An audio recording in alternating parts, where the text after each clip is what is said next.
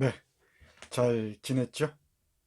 2021학년도 제1학기 한국현대문학 입문 세 번째 유튜브 강의 시작하겠습니다.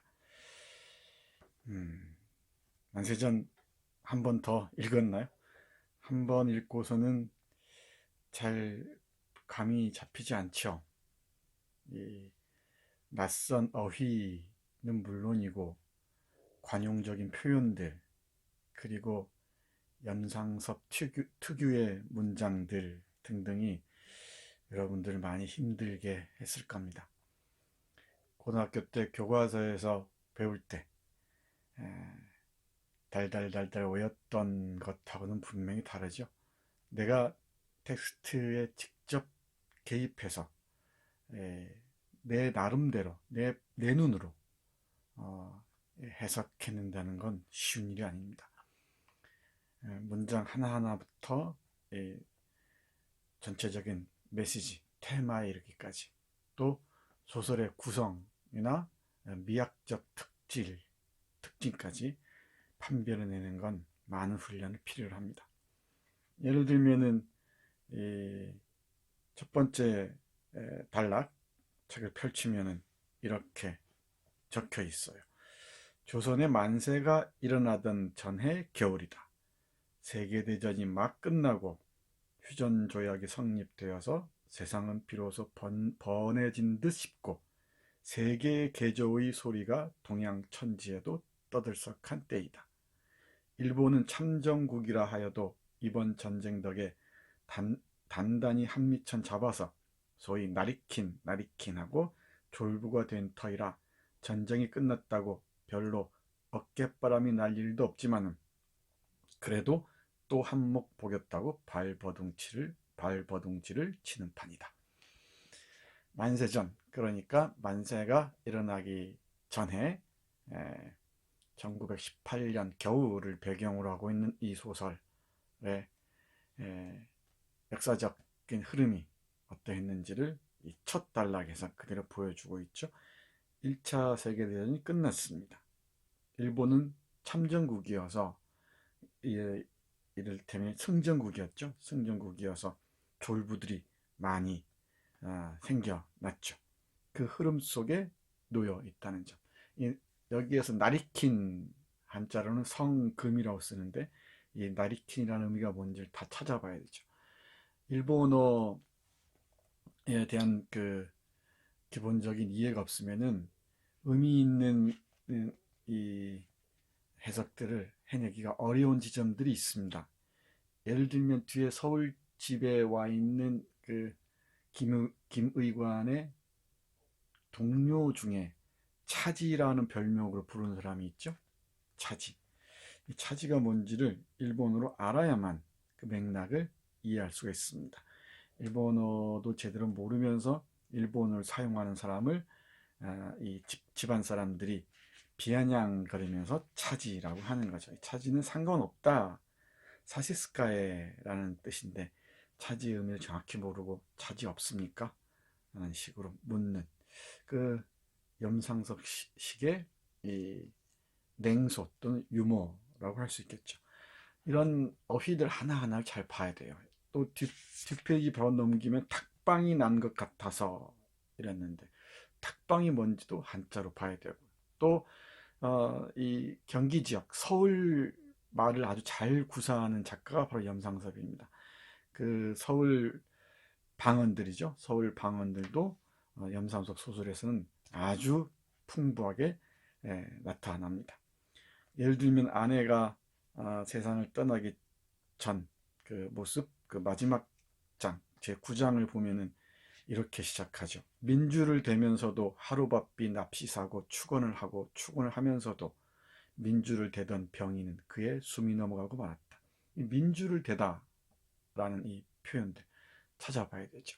뭔가 귀찮게 하고 성가시게 하다는 뜻인데 강원도 방언이라고 하는데 민주대다라는 또 이 표준어도 있습니다. 어떤 쪽이 맞을지도 여러분들이 한번 생각해 보기 바랍니다. 어쨌든 이 만세전이라는 텍스트는 여러분들의 접근을 허락하지 않습니다. 어휘부터 문장, 단락 구성, 장 구성, 전체 플롯까지 하나하나 꼼꼼하게 여러분들이 읽어내야 돼요. 그래야 이 식민지 시대뿐만 아니고 50년대, 60년대, 70년대 한국 문학의 중요한 작품들을 여러분들이 하나하나 읽어갈 수가 있습니다. 번역된 소설들은 문장이 표준화되어 있어서 그렇게 읽기가 어렵지 않습니다. 그리고 어휘도 사전에 등재된 것이 대부분이어서 특별한 번역가가 아닌 경우에는 사전에 등재된 것을 주로 활용하는 쪽이어서 어렵지 않습니다. 어휘나 문장은. 근데 우리 소설이 어려워요.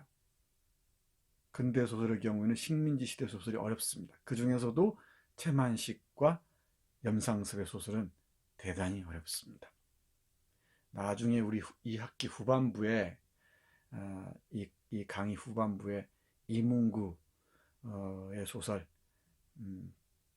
관촌수필 중에 하나를 볼 텐데, 이문구 작품 같은 경우는 방언이어서 충청도 지역어를 토대로 한 것이어서 표준어를 구사하는 우리에게는 좀 낯설 수도 있습니다만은, 식민지 시대의 작품들은 또 다른 의미에서 어려워요.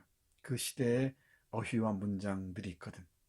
더구나 염상섭처럼 아주 독자적인 독특한 문장을 구사하는 경우는 특히 그렇습니다. 그리고 또 주제, 테마의 측면에서 봐도 염상섭은 그렇게 쉽게 그 자신의 메시지의 핵심을 내놓지 않습니다. 다양한 해석이 가능해요. 애매모호하기도 합니다. 우리가 화상 강의에서도 얘기했었죠. 도대체 무슨 얘기를 하는지 모르겠다. 소설이라는 장르가 기본적으로 이 모호한 성격을 띱니다. 독자들이 그 텍스트에 개입해서 그 모호성 속에서 나에게 와닿는 것을 읽어내야 돼요. 이게 탐색의 서사, 탐색의 이야기들이죠. 독자들도 텍스트 속에 참여함으로써 이 모호성을 하나하나 헤쳐내고 자기 식대로 읽어낼 수 있어야 됩니다. 염상섭을 민족주의자다, 어쩐다 이런 식으로 판별할 수가 없습니다. 이 염상섭은 이른바 동반자 작가로 잘 알려져 있습니다. 다음 조명이 낙동강 할 때 이야기했지만은 좌파, 그러니까 카프 작가도 아니었고 그렇다고 민족주의 작가도 아니었어요. 동반자라고 해서 이 카프라는 조직에 소속되지 않으면서 이 동반자로서 그 카프의 큰 그 흐름에는 동조하는 그런 작가였습니다. 그런 태도를 취했습니다. 심퍼사이즈라는 말을 쓰는데 동정자, 연민이라고는 동정을 갖는 사람들이죠. 심퍼사이즈 아시죠? 심퍼사이저. 공감하는 작가였습니다. 카프란 조직에 속하진 않았지만은 카프의 문학 운동이나 그 소설의 큰 그 흐름, 카프식의 소설 쓰기에 일정 정도 공감했던 것이죠. 심퍼사이즈 했던 것입니다. 그런 점에서 염상섭 소설에서는 이 좌파에 그 속한 인물들이 많이 등장해요. 그리고 이 아나키스트 등장하고요. 또 뭐 민족주의자도 등장하고. 그런데 정말 그 반짓빠른 서울 내기의 시선으로 그 시대의 상들을 날카롭게 포착해냅니다. 그 중에 가장 뛰어난 그 작품으로 우리가 읽고 있는 만세전을 들 수가 있죠. 표본실의 청개구리도 물론 뛰어난 작품입니다. 표본실의 청개구리는 작년도 한국 현대문학 입문 그 강의에 올라와 있으니까 참고하고요. 만세전은 한국 문학사의 획을 그은 뛰어난 작품이라는 것, 여러 측면에서 그렇습니다. 어휘, 문장 수준에서 테마, 주제에 이르기까지, 그리고 그 사상에 이르기까지 만만치가 않은 작품입니다. 여러분들이 꼼꼼하게 안 읽을까봐 잔소리를 좀 길게 했습니다. 신신당부하건대 우리가 처음 수요일 강의하기 전에 한번 읽었죠, 다들? 그리고 이 강의 듣기 전에 당연히 읽었을 겁니다. 그리고 이 강의 끝나고 나서 한 번 더 읽어보셔야 됩니다. 그래야 염상섭을 조금 깊이 만날 수 있고, 그래야 염상섭의 대작들, 만세전이나 무화과나 걸출한 작품들을 하나씩 읽어나갈 수 있습니다. 우리 한국 문학사의 큰 산맥이에요. 만세전이 바로 입구라는 점 명심하기 바랍니다. 출석은 안 불러도 되겠죠? 다 왔죠?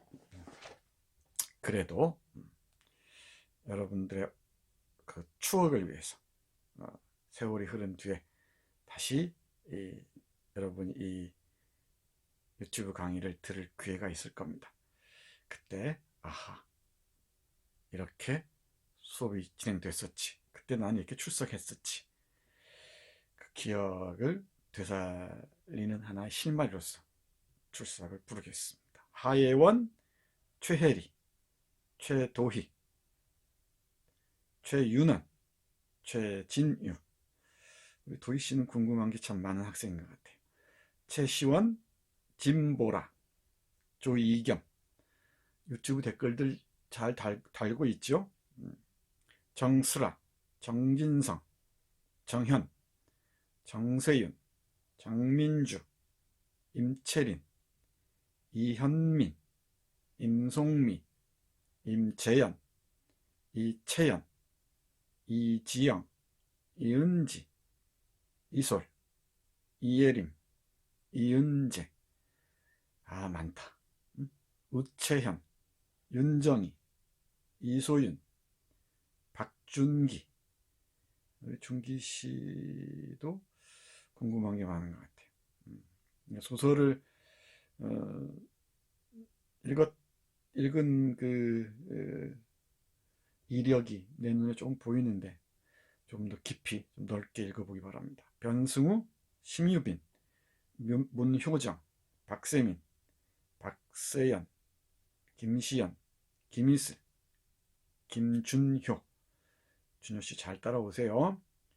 김다원, 김대연, 김리아, 김세연, 김소은, 김수정, 강상민, 강서영, 광민채, 권방경, 권지윤, 김규원.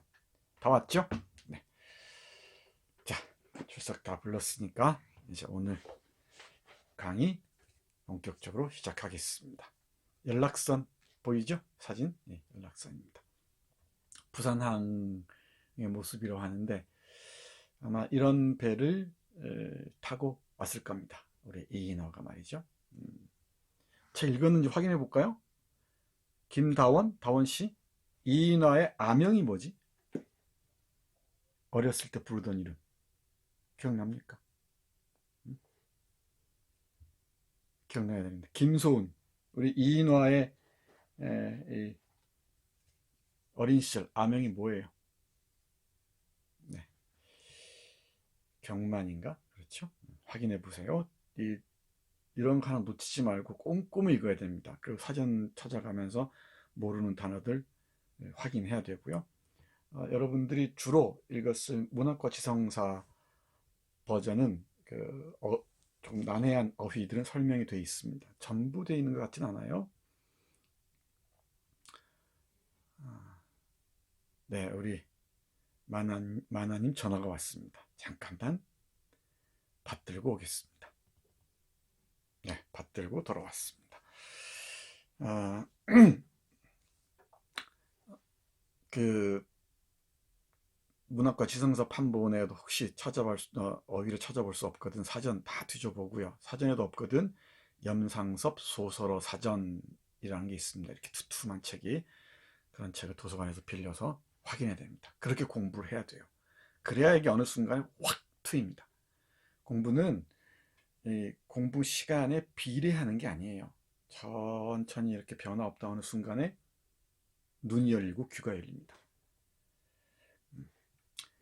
자, 오늘의 제목은 민족, 국가와 개인입니다. 우리는 식민지를 경험하고 분단을 경험해서인지 민족이나 국가 중심의 사고에 길들여진 편입니다. 해서 그 중립적인 사고, 균형 잡힌 사고를 하기가 좀 어려워요. 이번 학기 내내 내가 얘기를 하는데, 특히 개인을 민족이나 국가의 일개 분자로 사고하는데 우리는 별 이의를 달지 않은 경우가 많습니다. 한국 문학사에서 가장 낯선 사상이 바로 개인주의 사상이에요. 낯설다는 건 이중적인데 하나 찾아볼 수 없다는 뜻이고, 또 하나는 부정적으로 인식됐다는 것이죠. 개인주의 하면은 곧 이기주의라는 식으로 받아들였다는 것이죠. 그렇지 않습니다. 이 개인의 욕망이 대단히 중요하죠. 이 개인의 욕망과 사회와의 관계, 그러니까 어떤 인륜과의 관련성을 주목해야 됩니다. 개인의 욕망을 다 내팽개치고 어떤 사회적인 이 문제에만 개인을 다 바치고 희생해야 한다는 이런 사고는 대단히 위험하기까지 합니다. 늘 주목해야 됩니다. 이 개인과 사회 또는 개인과 민족, 나아가서는 개인과 국가 공동체의 그 관계에 대해서 깊이 고민하고요. 이 관계가 아슬아슬한 균형을 이룬다는 게 어떤 의미인지 잘 보기 바랍니다. 내가 계속 묻잖아요. 여러분이라면 개인의 욕망에 충실하겠는가? 아니면은 사회적 그 이념, 사회적 목표에 충실하겠는가? 계속 물어야 됩니다. 그리고 이 개인이라는 것도 이 이기적 개인하고는 분별해야 되죠. 이 개인주의가 소중한 이유는 타자들도, 나는 물론이고 나와 다른 타자들도 똑같은 개인이라는 전제에서 출발해야 하기 때문이죠. 내 욕망이 소중한 만큼 타자 욕망도 소중하다는 전제, 이게 근대적 개인입니다. 근대적 개인의 욕망입니다. 내 욕망을 위해서 타자 욕망들 짓밟는 것, 이게 이기주의적이고 탐욕적인 것이죠. 전혀 다릅니다. 개인은 근대의 산물입니다. 신분제의 족쇄에서 벗어나서 개인을 발견한 게 근대에 이르러서죠. 개인의 욕망을 충실하게 따라가고, 그러면서 타자와 만나고, 타자와 동등하게 계약을 하고 또 만나고, 그럼으로써 사회와 개인의 관계를 설정해 나갈 수 있어야 되지. 우리 역사적 경험과 밀접한 관련성이 있어서 이겠습니다만은, 한국 문학사에서 개인은 상당히 낯섭니다. 이중적이라고 했죠. 하나는 잘 찾아보기 어렵다는 점이 낯설고, 개인에 대해서 파고든 그런 문학자들을 보기 어렵다는 점에서 그렇고, 또 하나는 개인주의를 이기주의하고 등치시킴으로써 상당히 부정적으로 인식했다는 점에서 그렇습니다. 그런데 이 한국 문학사의 맨 앞에 이 개인을 들고 나와서 개인의 욕망에 충실해야 한다고 선언한 사람이 있었습니다. 여성 작가로는 나혜석이 있었고요. 남성 작가로는 염상섭이 있었습니다. 그리고 이상, 그리고 김수영 뒤에 이런 사람들을 떠올릴 수가 있죠. 만세전은 특히 이 개인의 욕망에 충실했던 이인화라는 인물이 이 동경에서 서울로 돌아오는 그 여정을 통해서 개인으로서의 자기뿐만 아니고 조선인으로서, 조선이라는 그 사회의 한 구성원으로서 자기를 발견해 가는 과정을 보여주고 있는 소설입니다. 여로용 소설이면서 자기 발견의 서사죠. 여로용을 취하는 여로용 구조를 취하는 소설들은 대부분이 자기 발견의 서사라고 얘기할 수가 있어요. 인생을 여행에 비유하곤 하죠. 여행이란 늘 타자의 시선을 통해서 자기를 묻고 발견하는 과정이죠. 풍경을 감상하고 단순히 관광객으로서 스쳐 지나가는 그런 여행이 아니라면, 관광객으로서 하는 그런 여행이 아니라면은 영이랑 본디 발견의 과정일 수밖에 없습니다. 풀 한 포기를 보고서도 생명을 발견하고 생명을 통해서 나를 발견하고 나를 성찰하고 그런 계기들은 언제나 있죠. 그리고 다른 사람의 목소리, 눈빛, 표정을 통해서 나를 되묻게 되는 것이죠. 어떤 장소를 봄으로써 내가 있는 곳이 어딘지 내 위치를 다시 묻게 되죠. 그 과정들입니다. 이 여러형 구조를 야실하게 보여주는 이 만세제는 이인화라는 인물, 식민지 조선인이 자신의 개인의 삶과 그리고 조선인으로서의 자신의 모습을 동시에 발견의 감으로 가는 그 과정을 잘 보여주는 아주 뛰어난 작품이라고 할 수 있습니다. 자, 그러면 본론으로 들어가 보겠습니다. 서론이 좀 길었네요. 판본 문제입니다. 이 만세제는 판본이 3개입니다. 하나는 보세요. 하나는 여기 보이죠? 여기 신생활 버전입니다. 신생활이라는 사회주의적 성향의 잡지가 있었는데요. 이 잡지에 연재됩니다. 22년 7월호와 9월호. 22년이면 아주 빠른 시점이죠. 이때 20년대를 대표하는 작가가 김동인, 그리고 나도양, 현진건 등등이 있죠. 그런데 그 잘난 척하던 평양 갑부집 아들 김동인은 이때 이미 창조라는 잡지를 이끌면서 마음이 옅은 자여, 약한 자의 슬픔 등등을 이 창조라는 잡지에 연재하면서 일약 스타가 됐었거든요.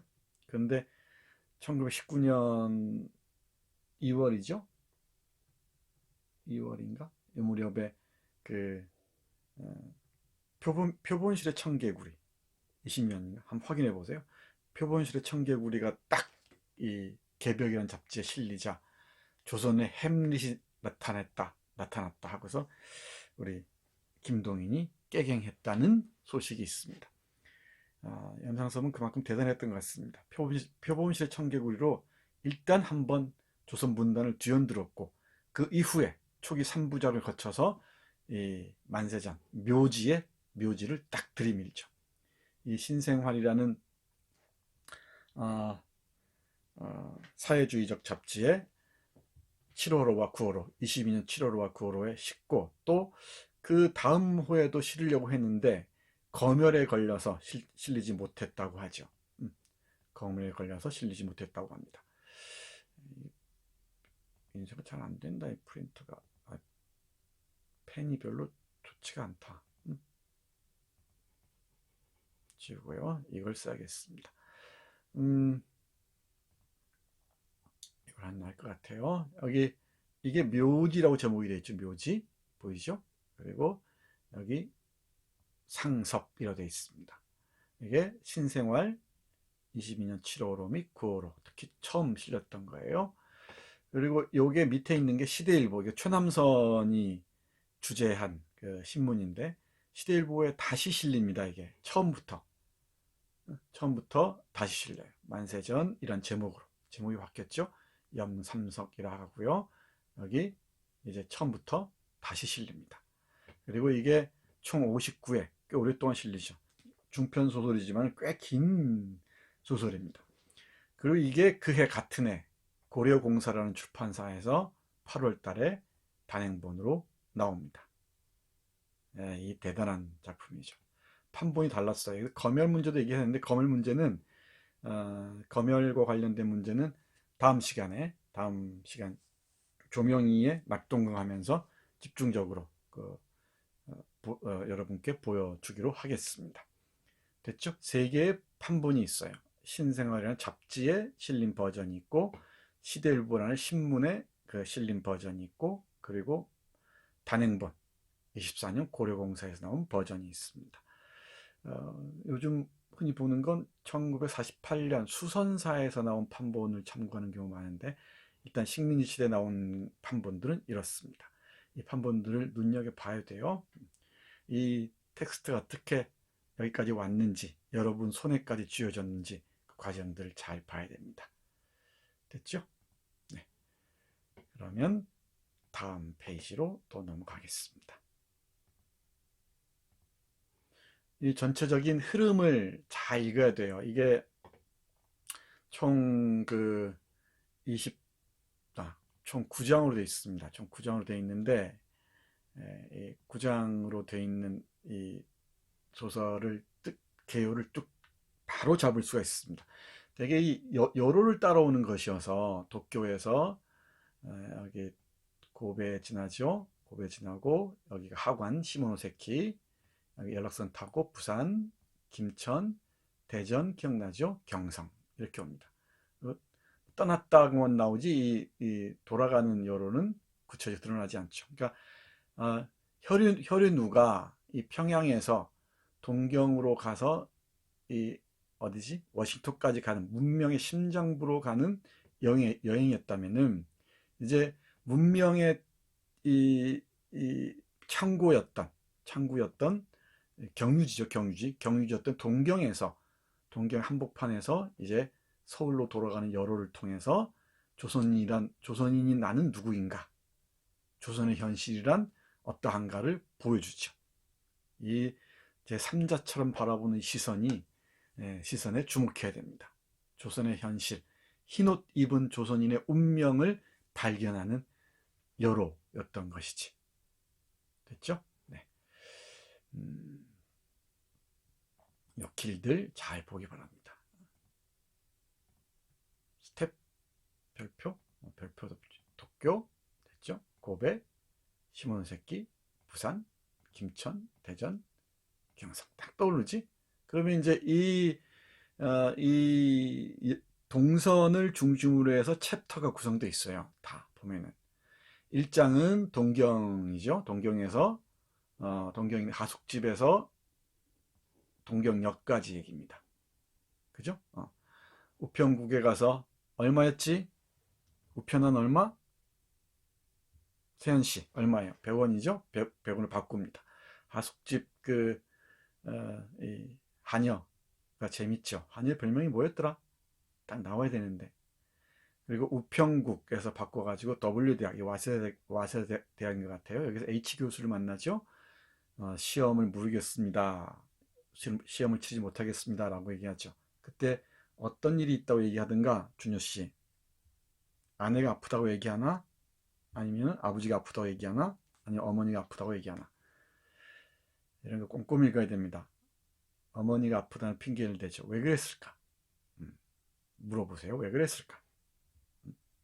시원씨, 왜 그랬을까? 왜 어머니가 아프다고 대답했을까? 그리고 이발소에 가서 이발할 때도 안 됐는데 이발소에 가죠. 면도를 합니다. 그리고 여기 막 빠졌다. M헌이라고 그러지. M헌이라고 그러는데 이 헌자는 집헌자예요. 집헌자. 찾아보세요. 그래서 레스토랑이죠. 일종의 레스토랑에서 일하는 급사 종업원이죠. 이 정자하고 시즈코 피자인데 이 자는 일본인 이름에 무슨 꼬 해서 여성들의 이름이 이렇게 붙어요. 무슨 꼬 이런 뜻입니다. 정자하고 피자 얘기가 있었죠. 뭔가 급한 정보를 받고서도 서두르는 기색이 없어 보이죠. 뭔가 이게 미적되는 거예요. 썩 내키지 않는 거지 뭔가. 엑수군의 집이 있습니다. 집에 가서 짐 좀 들어다 주는데 도와달라 그러죠. 함께 하숙집에 들러서 짐을 챙겨 동경역으로 오죠. 이게 1장입니다. 됐죠? 동경역에서 시즈코가 배웅을 합니다. 딱 머릿속에 떠오르지? 이게 딱 여러분 내가 한번 어떻게 정리하는지 여러분께 하나씩 예를 보여주는 겁니다. 인물 관계도 그리는 것도 있고 이런 식으로 전체적인 플롯 구성을 쭉 따라가는 거예요. 따라가면서 이걸 핵심들을 뽑아내야 돼. 그러면 이게 한 챕터씩 쭉 핵심들이 모이면은 여기에서 줄거리가 나오고 핵심 메시지가 나오고 하겠죠. 2장은 이제 기차입니다. 정자생각이 많죠. 시즈코에 대한 생각이 많습니다. 여기저기서 이 정자와 이인화의 관계에 주목해야 돼요. 조선인 청년과 일본 제국의 한 여성이죠. 근데 이 일본 제국에 대해서 불만이 적지 않은 여성이지. 자기 가정에서도 그렇고 일본인 남성에 실현당한 남성 문제도 그렇고요. 조선인인 이 조선인으로서 문학을 공부하는 나에게 이인화에게 적지 않은 관심이 있지. 나도 그렇습니다. 이 장벽을 어찌할 것인가? 이 장벽을 조선인이라는 이 그 굴레를 벗어던지고 일본 여성과 사랑할 수 있을까? 이런 고민들이 있죠. 그리고 아내가 지금 세상을 떠날 그 이 무렵에 이런 고민들이 깊어집니다. 이런 얘기하면은 아내가 지금 마지막 숨을 몰아쉬고 있는데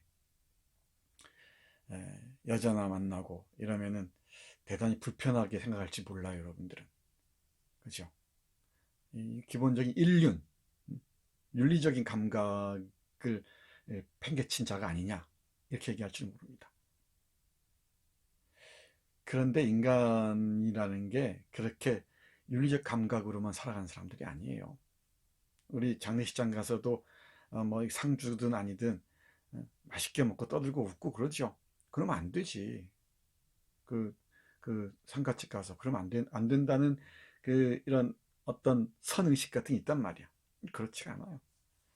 대표적인 여러분들이 여기에서 떠올릴 수 있는 대표적인 작품이 바로 알베르 까뮈의 이방인입니다. 이방인. 이방인 제목은 많이 들어봤을 거예요. 근데 대학 1학년이면은 이방인쯤 읽어야지. 이방인은 첫 장면이 어머니가 돌아가셨다는 전보를 받아요. 근데 영 막 서두르는 기색이 없습니다. 그러다가 이 양로원에 모신 어머니가 돌아가셨다는 전보를 받고 양로원에 간 이 메르소는 그 양로원 원장이 어머니를 얼굴을 보겠냐 그러니까 안 보겠다 그러죠. 그리고 장례식장에서 뭐 커피도 마시고 담배도 피우고 그럽니다. 그러면 안 되는 모양이죠, 그쪽에서는. 그러다가 다음날 장례식을 치르고 나서 다음날 와서 자기 연인하고 해수욕을 하고 사랑을 나누죠.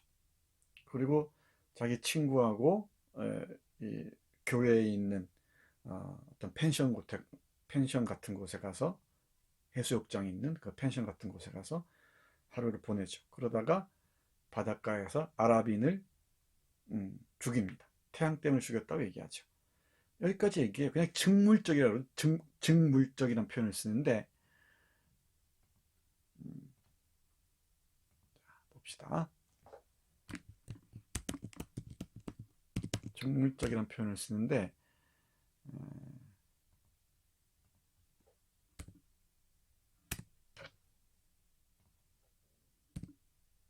뭐 적절할지는 모르겠는데 그냥 즉각적인 거예요.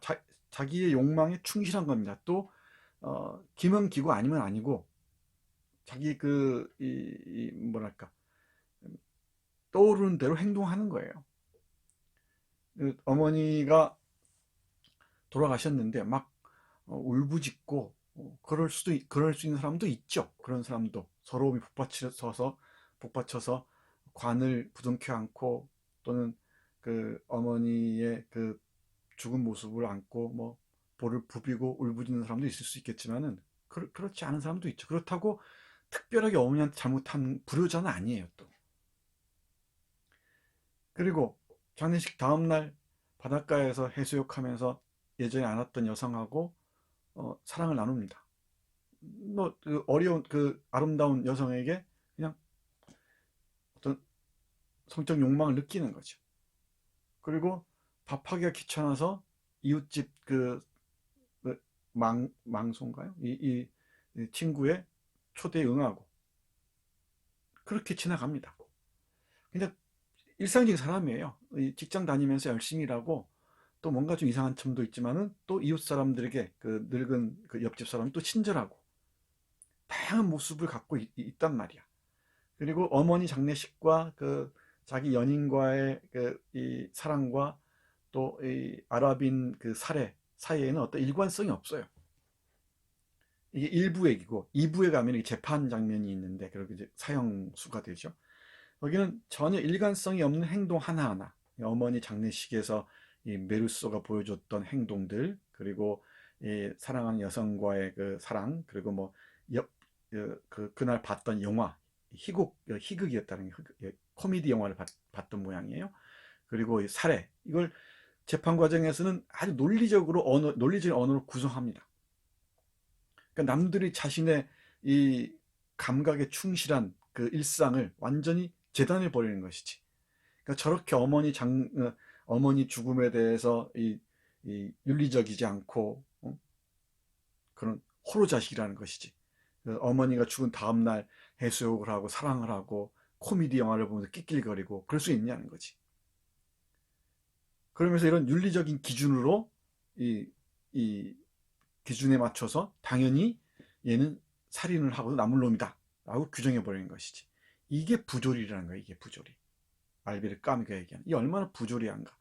여러분들 일상적인 삶 하나하나를 다 엮어서 어떤 행동의 이유로 들이대면은 여러분들이 거기에 대해서 동의할 수 있겠어요?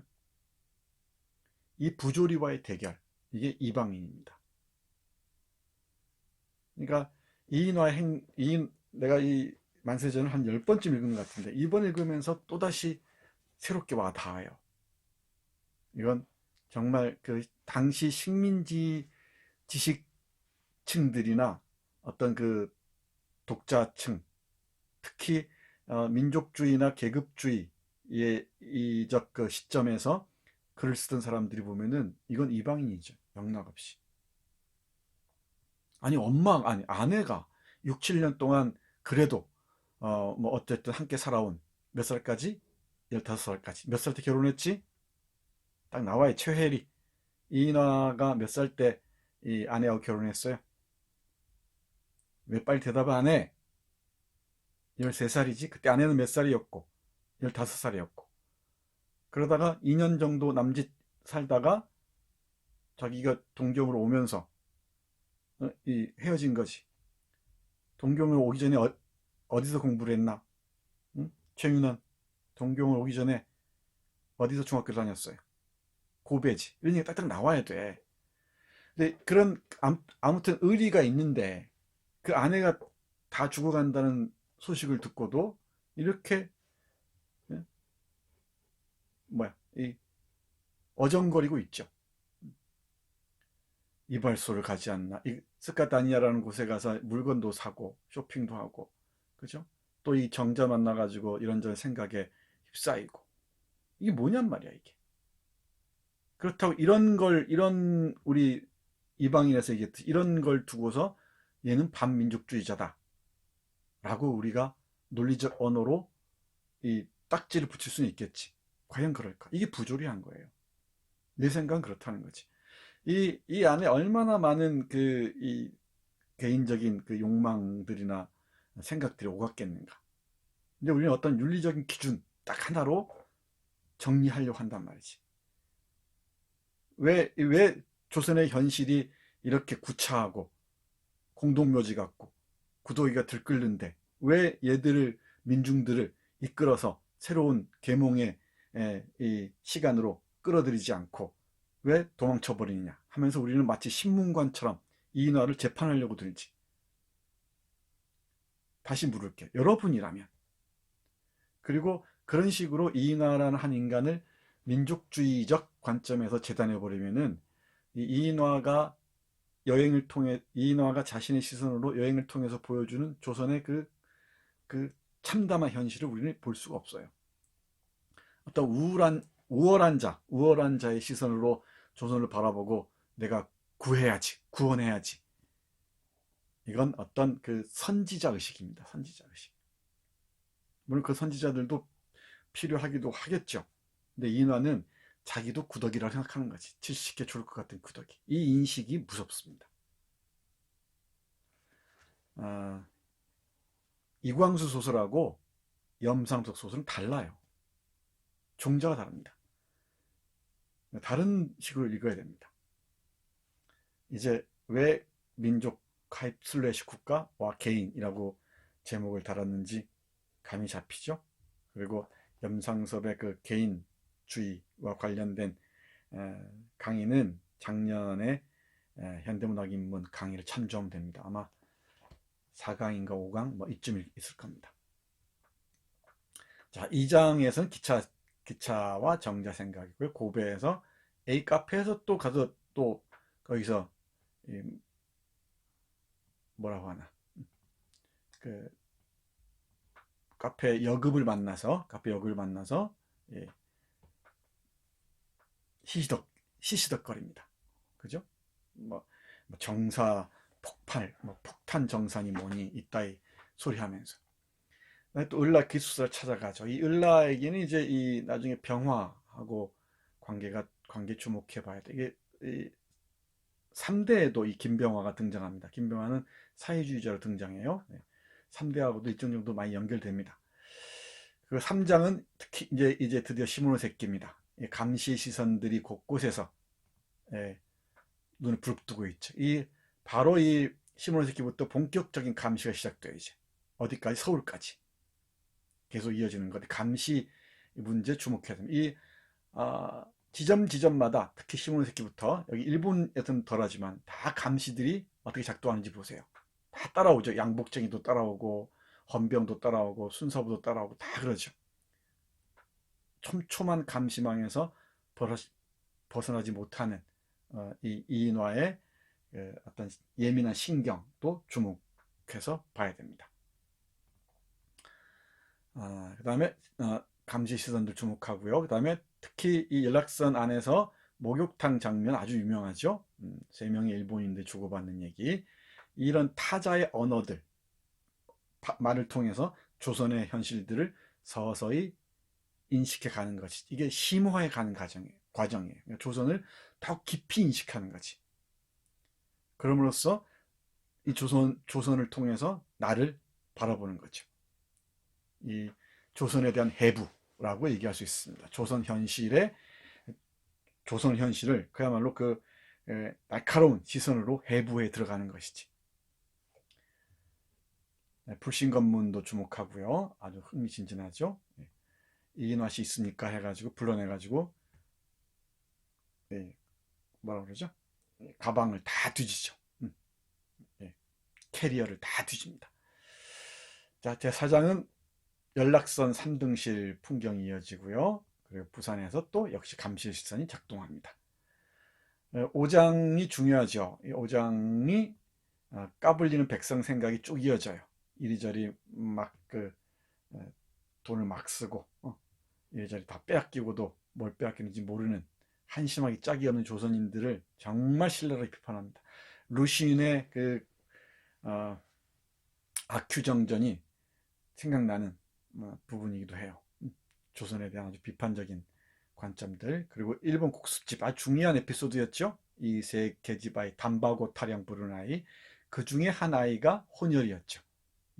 혼혈도 대단히 중요한 모티프 중에 하나예요. 이 소설을 구성하는 이 에피소드 중에서 아주 중요한 부분이기도 합니다. 부산역에서 또 형사 뭐 양복쟁이 다 등장합니다. 김천도 주목해야 합니다. 이 김천에서는 특히 형님, 보통 학교 선생인데 선생이 이 칼을 차고 있죠. 이게 뒤에 이제 마지막에 정자한테 쓰는 편지로 나오죠. 이 교사가 칼을 차고 다니는 게 이게 정상입니까? 하면서 질식할 것 같습니다라고 얘기하는 그 문장이 있어요. 이게 이제 총독부의 그 검열관의 눈에 났겠죠. 눈에 거슬렸겠지. 아마 이런 것들은 보이지 않게 이 시기에 보이지 않게 검열의 망을 피해서 이런 식으로 식민지 총독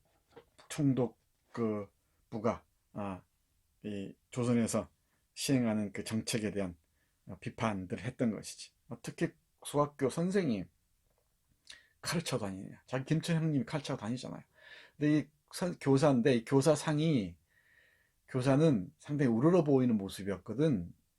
이광수까지만 해도 교사하면은 뭔가 선민 의식이 있는 사람이었어요. 내가 계몽의 주체고 다 가르쳐야지 이런 의식이 강했단 말이야.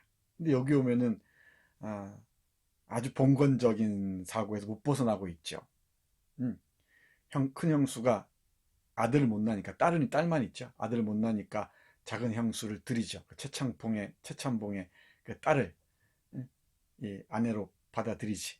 두 번째 아내로. 아들을 낳기 위해서. 그리고 이 몰락한 최창봉, 죽은 최창봉의 아내도 여기 와서 허드렛 일을 하고 있죠. 이 교사가 돈벌이에 또 연연해하고 2천 원을 모았다 그러지. 상당히 보수적인 이런 인물로 등장합니다. 교사의 이미지가 완전히 바뀌어요. 여기서는. 이것도 문학사에 상당히 흥미진진한 인물입니다. 이인화의 형님.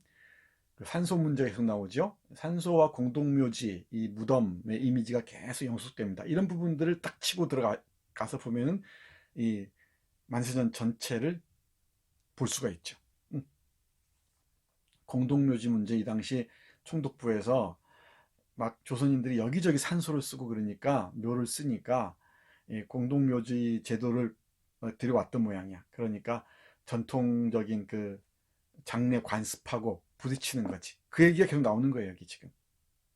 주요 화두 중에 하나죠. 기창에서 만난 노인들 얘기도 다 이 얘기지. 형님 얘기도 이 얘기고. 그게 공동묘지에 관한 그 행정명령이 있었어요. 행정명령을 둘러싸고 조선인들이 발칵 뒤집힌 거지. 조상 대대로 내려와서 산소 쓰고 선영을 모시고 했던 것인데 어떻게 공동묘지에 모시느냐 이거지. 근데 이인화는 자기 아내를 어디에 모시더라? 응? 이지영.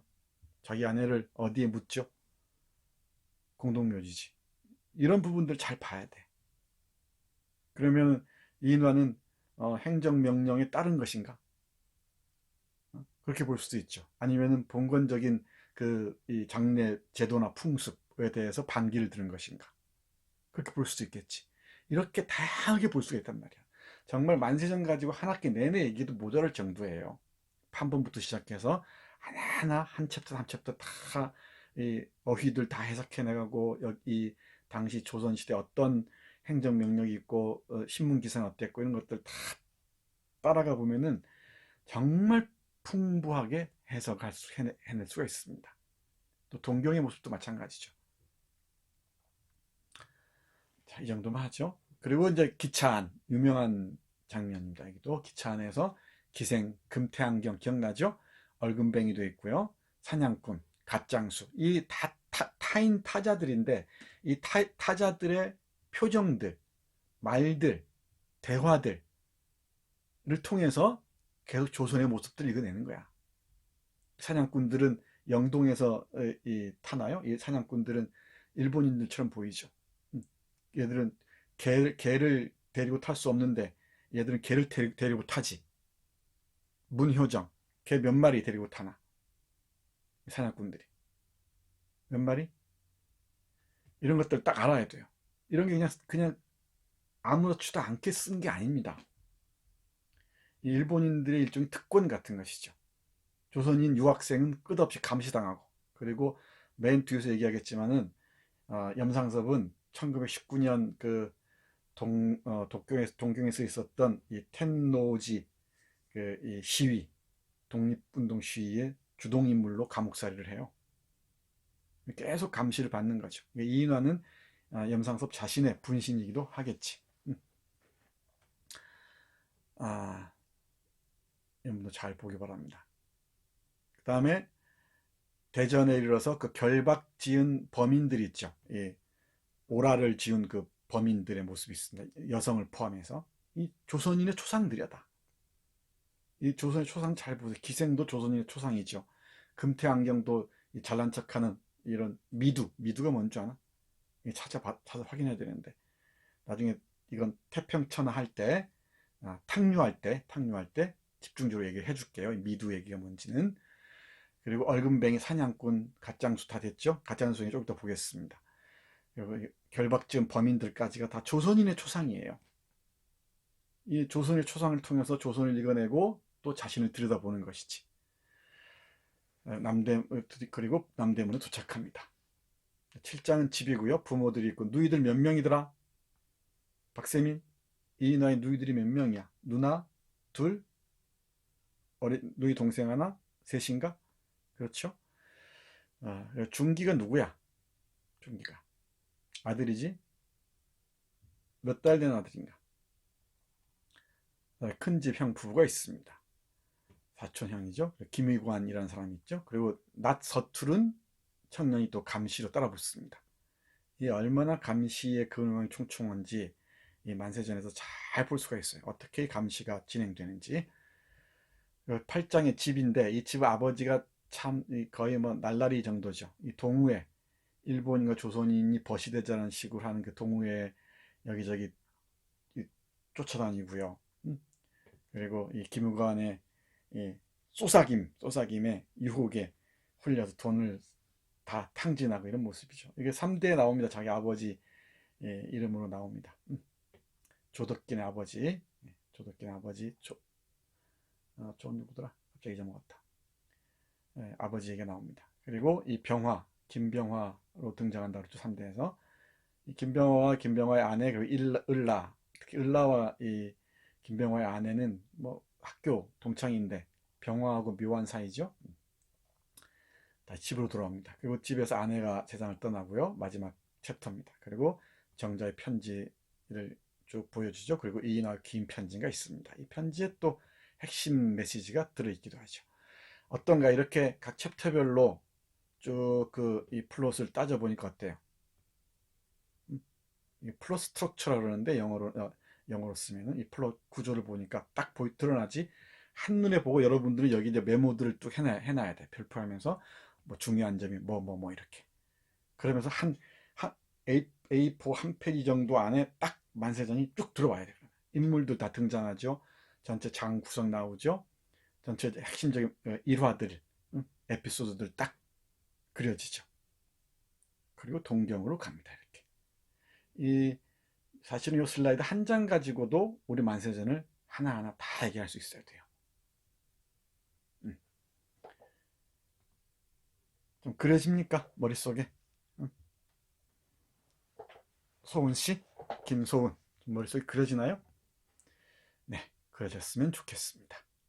자, 다음 슬라이드 가겠습니다. 이제 조금 빨리 가죠. 자유로운 생활을 꿈꾼다면 그러니까 개인의 문제와 관련해서인데 이 인륜과 욕망이라고 앞에서 잠깐 얘기했었죠. 인륜 그러면은 인간이 지켜야 할 도리 이 정도로 얘기하면 될 것 같습니다. 인륜이 있고 또 욕망이라는 게 있어요. 욕망이 있는데 이 인륜과 욕망 사이, 이건 인륜을 지키기 위해서 욕망을 다 억압하고 이걸 금욕주의라고 그러죠. 억압하고 오로지 그 사회적인 존재로서만 자신을 자리매김할 것인지, 그 위치를 자리매김할 것인지, 아니면 개인으로서 자신의 욕망에 충실할 것인지, 그리고 인륜과 욕망 사이의 균형을 어디에 찾을 수 있을 것인지, 이런 고민들을 해야 돼요. 우리는 국가나 민족을 중심에 놓으면은 인륜에 방점을 둘 수밖에 없지. 그리고 개인의 중심을 놓으면은 욕망에 방점을 둘 수밖에 없죠. 이 둘 사이의 갈등, 또는 충돌, 또는 균형, 이런 고민들을 해야 됩니다. 사회적으로는 정의로워야 돼요. 그리고 사회적으로 나를 희생해야 할 순간들이 많이 있어요. 그럴 때 우리는 고민하죠. 갈등하죠. 우리 친일 문제 할 때도 얘기했듯이 어떤 경제적인 이 욕망을 이렇게 추동하는, 충동질하는 이런 게 있단 말이야. 돈이든 뭐든 지위든. 그런데 윤리적인 관점을 보자면은 그래서는 안 돼요. 조선인으로서 이 일본인의 개 노릇을 할 수 없다는 거지. 갈등이 있을까 없을까? 그 갈등의 양상들에 주목해야 돼. 이건 여러분들이 두고두고 고민해야 할 것입니다. 이 소설을 식민지 시대에 생산된, 그러니까 나로부터 멀리 떨어진 이야기로 생각하면 안 됩니다. 독해를 할 때 1차적으로는 그 생산된 역사적 환경에 주목해야 한다고 그랬죠. 그리고 그 다음에 2차적으로는 지금 여기에서 읽어낼 수 있어야 한다 그랬지. 지금 여기에서 살아있는 텍스트가 되지 않으면은 이건 죽은 텍스트는 그냥 도서관에 처박혀 있을 뿐이에요. 그냥 연구자들의 지들끼리 얘기하는 전문가 언어로 얘기하는 수준에서 머물 거예요. 근데 계속 이 작품들이 우리에게 말을 걸어오는 이유는 지금 우리가 지금 고민하는 것과 계속 맞물리기 때문입니다. 우리도 늘상 이런 선택의 기로에 서죠. 윤리와 욕망, 인륜과 욕망 사이에서 어떤 걸 택할 것인가? 정의로운 나를 택한 것인지, 아니면 지금 현재 편안하고 안온한 나의 삶을 택할 것인지. 정의를 위해서는 풍찬노숙, 길거리로 나서서 싸워야 한단 말이야. 그럴 것인지, 아니면은 모른 척하고 내 일상의 이 편안함을 누릴 것인지. 이 소설에서 이인화는 끊임없이 조선의 현실을 투시하면서도 예리하게 간파해내면서도 늘 자신의 꿈, 연애와 사랑과 이런 결혼, 이런 문제를 고민하죠. 때로는 농담으로, 때로는 진지하게. 이런 부분 찾아내야 돼요. 연애 문제 관련해서. 그렇고. 자, 자유로운 생활 꿈꾼다면이라고 얘기를 했는데, 보세요. 하고 보면 결국 사람은 제 소위 영리하고 교양이 있으면 있을수록 정도의 차는 있을지 모르나 허위를 되풀이하여 가면서 비굴한 타협이 아니면 옆 사람을 자기에게 동화시키지 않고는 살 수 없는 이기적 동물이다. 구구한 타협도 남의 동화도, 이 동화란 말은 동화된다 할 때 동화예요. 하나로 이게 동화된다. 알죠? 무슨 말인지? 동화 한자로 볼까요?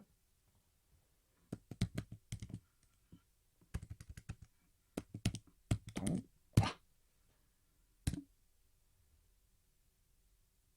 알겠습니다. 동화된다. 남의 동화도 광의화로 들지 않는 전하의 생활. 전하의 생활이란 이게 중요한 표현입니다. 전적으로 나의 삶이죠. 자유로운 생활을 꿈꾼다면 우선 세속적으로는 나고자에 자적하겠다는 각오를 필요 조건으로 한다. 혼자 지금 고민하는 건데 이 문장 밑줄 그은 학생이 있으면은 정말 만세전을 꼼꼼하게 그리고 자신의 언어로 고민하면서 읽었다는 증거가 될 겁니다. 이기적인 동물이라고 얘기했어요. 인간은 특히 교양이 있으면 있을수록, 영리하고 교양이 있으면 있을수록 허위를 되풀이하면서 비굴한 타협을 하면서, 아니면 옆 사람을 자기에게 길들이려고 하면서 그런 살아가는 그런 이기적인 동물이라는 거지. 그런데 이런 이기적이지 않고 전적으로 자신에게 충실한, 이 얘기는 긴 얘기가 필요합니다만은 이 염산섭식으로 얘기하자면은 개성을 충분히 발현하는 자아,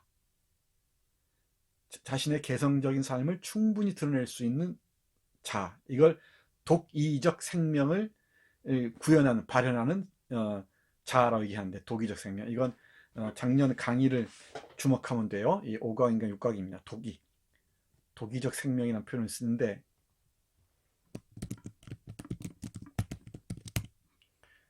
독이적이란 말은 둘도 없는 생명이라는 뜻이에요. 둘도 없는 생명. 독자적이면서도 다른 생명이란 말이에요. 독이적 생명. 이 염산섭의 표현 중에서 내가 참 좋아하는 표현입니다. 독이적. 홀로이면서 다른. 그게 전하의 생활인 것 같은데, 전적으로 나인 생활이죠. 이게 자유로운 생활이지.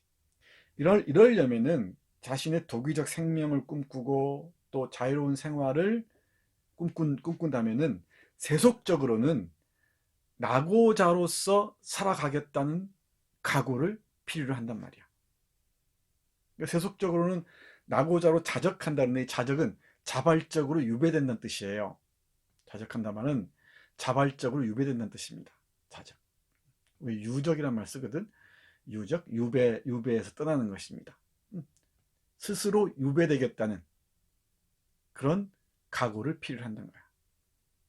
남들 번 돈 다 벌고, 남들 소비형 다 소비하고, 뭐 이런 일상적인 세속적인 욕망에 충실하면서 자신의 독자적이고 남들과 다른 그 생명력, 개성을 충분히 발휘하며 산다는 것은 말이 안 된다는 거지. 이게 만세전에서 이 염상섭의 개성, 도기적 생명과 관련된 이 개성에 관한 통찰이 드러나는 부분이 아닌가 싶어요. 이걸 이 자신의 그 전화적 생활, 자유로운 생활과 관련해서 이제 개인주의와 어떤 관련성이 있는지는 또 우리가 따져봐야 되죠. 그 얘기는 다시 얘기합니다만 작년 강의를 참조하길 바라고요. 그리고 이 만세전에서 얘기한 사랑의 문제, 자기 그 조혼을 했던 아내에 대한 그 맞득치 못한 불만과 또는 미안함도 계속 느끼죠. 뒤에 세상을 떠나고 난 다음에는 이 사회적인 희생양이었던 거지. 결혼이라는 조혼이라는 제도의 희생양으로서 자신의 삶이, 자신의 생명이 억압되었다는 것을 느끼는 거란 말이야. 그죠? 그렇다면은 이 젊은 청춘으로서는 이런 얘기 충분히 할 만하죠. 여러분들도 이렇게 살기 쉽지 않습니다. 남들처럼 똑같이 하지 않으면 불안해하죠. 독이적으로 살아간다는 게 정말 어려운 일입니다. 독자적이고 다른 삶, 이런 삶 사는 건 정말 어렵습니다. 세속적으로 낙오자가 되겠다는, 나는 자발적으로 유배자가 되겠다는 그런 각오 없이는 불가능해요. 이게 문학 공부하는 사람들의 마지막 자존심의 근거 같은 거지. 예술 공부하는 사람들이. 근데 이 각오가 순간순간 다 흔들리죠. 끝없이 흔들리죠. 흔들리면서 무너지곤 합니다. 이인화는 기본적으로 이런 인물이었습니다. 자, 그러다가 인생의 이상이란 것은 나는 생각해 본 일도 없습니다만은 구태여 말하자면 자기를 위하여 산다 할까요? 하지만 결코 천박한 이기주의를 하는 말은 아닙니다. 이런 문장들 눈여겨봐야 돼요. 인생이란 것은 나는 생각해 본 일도 없습니다만은 구태여 말하자면 자기를 위하여 산다 할까요? 하지만 결코 천박한 이기주의를 하는 말이 아닙니다. 내가 이렇게 대답을 하니까 형님에게 하는 말이에요. 나를 잠깐 쳐다보는 양이 너야말로 이기주의자로구나 하고 핀잔을 주고 싶은 것을 참아버린 모양이다. 형님이 이기주의자일까? 아니면 이 형님의 동생인 내가 이기주의자일까? 여러분도 한번 고민해 보십시오. 그래서 여기 마지막에 개성과 예술, 지상선을 향하여 같은 염상섭의 훌륭한 에세이가 있어요. 작년 1학기 강의를 참조하기 바라고요. 여러분들이 찾아볼 수 있으면 찾아보기 바랍니다. 이 개인과 관련해서는 이제 이 동아시아 문학 3학년 과목에서 얘기를 할 텐데 나스미 소세키의 개인과도 관련이 되죠. 자, 그 다음 페이지 보겠습니다. 자유로운 생활을 꿈꾼다면 여러분들은 어떤 각오를 해야 할지. 자, 감시에 있어서 얘기를 했죠. 짧게 넘어가겠습니다. 동경서 하관 시모노세키까지 올 동안을 일부러 일본 사람 행세를 하려는 것은 아니라도 또 애를 써서 조선 사람 행세를 할 필요도 없고 그럭저럭 마음을 놓고 지낼 수 있었지만은 연락선에 들어오기만 하면 웬 셈인지 공기가 험악해지는 것 같고 어떠한 압력이 덜미를 잡는 것 같은 것이 보통이다. 됐죠? 일본에 있을 때는 괜찮았는데 일본이 행세를 굳이 하려고 하지 않아도 연락선에만 들어오면은 바로 공기가 험악해지면서 감시의 그물망이 옥죄어 온다는 느낌에서 벗어나기 힘들죠. 실제로 그래왔고. 그래서 이 미디어, 특히 연락선, 철도 이런 것들 다 감시망이죠. 감시망이기도 합니다. 교통망이기도 하지만 교통망은 늘 감시망과 나란히 가죠. 우리가 이 편안하게 쓰는 이 스마트폰의 그 데이터망이야말로, 웹망이야말로 무시무시한 감시의 망이죠. 금방 알겠죠? 이 미디어가 늘 감시망과 연결돼요. 그러니까 이번처럼 휴대폰까지 수색을 당하고 나니 불쾌한 기분이 한층 더하지 않을 수 없었다. 눈을 감고 들어 누워서도 분한 생각이 목줄띠까지 치밀어 올라와서 무심코 입살을 악물어 보았다. 입살? 입술이라는 뜻인데 입살에 썼습니다. 이때는. 그러나 사면을 돌아다 보아야 분풀이를 할 때라고는 없다. 서로 처지가 같고 경우가 같은 동행자를 만난다 하더라도 하소연을 할 수는 없다. 왜 그러냐면 여기는 뱃속이니까. 그렇다는 말이다. 나를 한 수 접고 내려다보는 나보다 훨씬 나은 양반들이 타신 뱃속이기 때문이다. 이 열패감들 있죠. 일본에서는 뭐 자기도 모르는 사이 일본인 행세를 하고 그렇게 되죠. 이 인어가 그런 어떤 자격지심, 우리는 자곡지심이란 말로 썼는데 그게 자격지심이죠. 자격지심 같은 것들이 있죠. 일본인 척 하게 되는, 나도 모르게 일본인 척 하게 되는 자신의 모습, 어떤 자기 모멸 같은 것도 없지 않죠. 그런데 이렇게 조선인이라는 게 금방 드러나기 마련이고, 그러다 보니까 이 감시의 시선이 차별화되는 것이지. 차별화돼서 자신이 감시당한다는 걸 느낄 때 그 불쾌한 기분, 그리고 조선이라는 것에 대한 재확인, 그죠? 이 감시와 자기 확인의 그 상관성에 주목하기 바랍니다. 아무리 자기가 일본인 척해도 이 그 미디어망에, 연락선이나 기차라는 미디어망에 딱 몸을 싣는 순간에는 빠져나갈 구멍이 없죠. 조선인에 대한 이중의 감시망 주목해서 봐야 됩니다. 이 얘기는 또 두고두고 할 기회가 있을 겁니다. 감시의 시선 어렵지 않죠? 어렵지 않습니다. 계속 따라다닙니다. 여기 인버네스부터 시작해서 이 양복쟁이, 헌병, 그리고 서울에서 그 낯선 얼굴의 그 사나이 있죠. 그리고 우리 교본소, 파출소로 좀 신고해 주십시오 해가지고 감시망이 촘촘하게 작동하고 있던 거예요. 약간의 그 문제적인 인물들은, 특히 지식인들은. 그 감시망을 피하면서 여러분들이라면 어떻게 했을 것 같은가?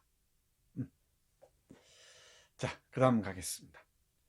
혼혈아의 불안. 이것도 그 화상 강의 시간에 많이 얘기했으니까 짧게만 얘기하겠습니다. 그러니까 한국문학사에서 혼혈인 얘기를 본격적으로 했다는 점에서 주목해야 됩니다.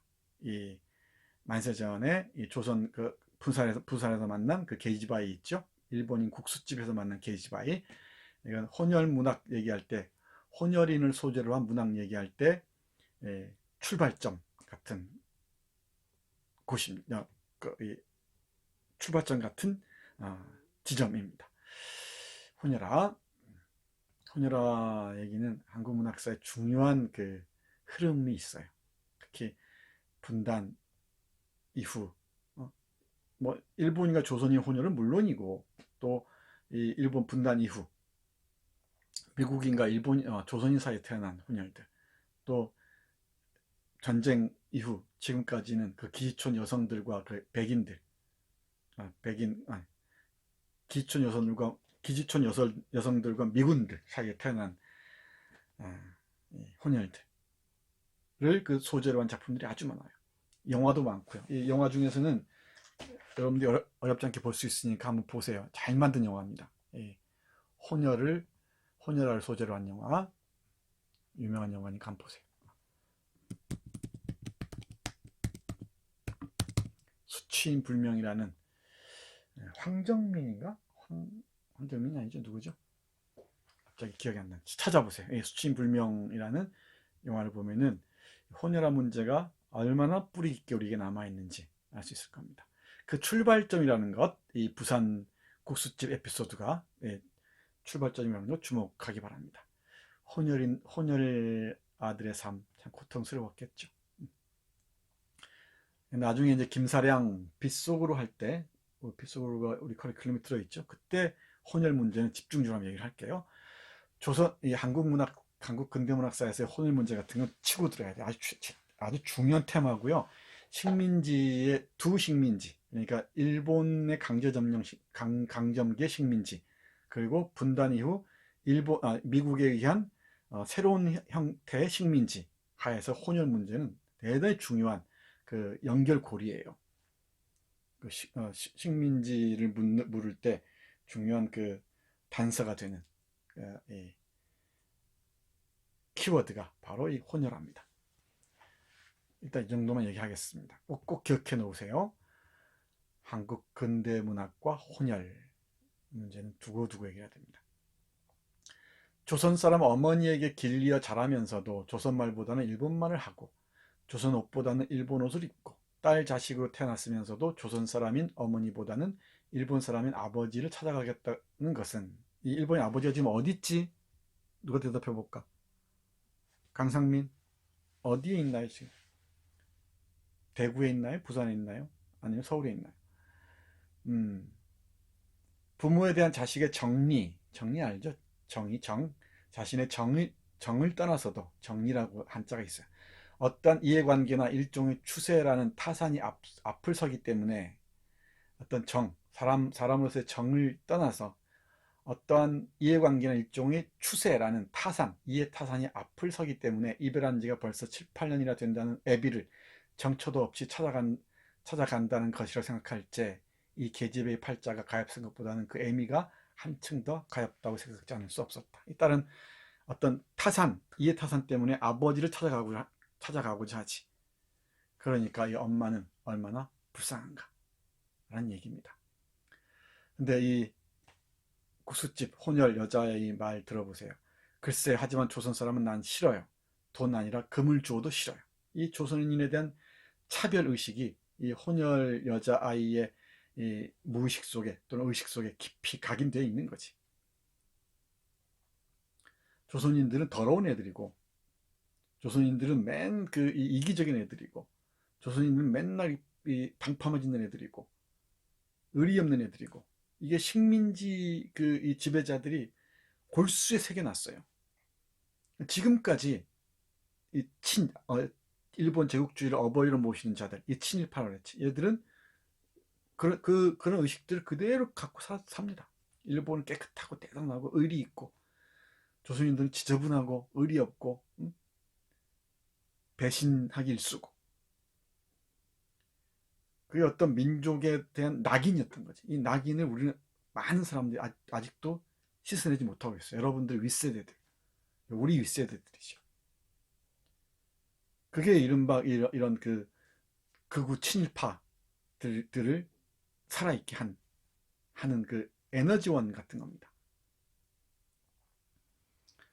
이 반일 종족주의 같은 책을 쓴 사람들이 있어요. 반일 종족주의 들어봤나? 그자들에 따르면은 조선인은 민족도 아니고 종족이라는 거야. 이 종족은 토템을 섬겨야 되지. 토템. 조선 부족이 모시는 토템은 거짓말이라는 토템이라는 거야. 거짓말이라는 우상을 섬긴대요. 이 사람들의 얘기에 따르면 그 거짓말이라는 우상, 토템을 섬기는 이유가 뭐냐? 돈을 벌기 위해서라는 거야. 이게 반일 종족주의라는 책을 쓴 누구야? 갑자기 생각이 안 난다.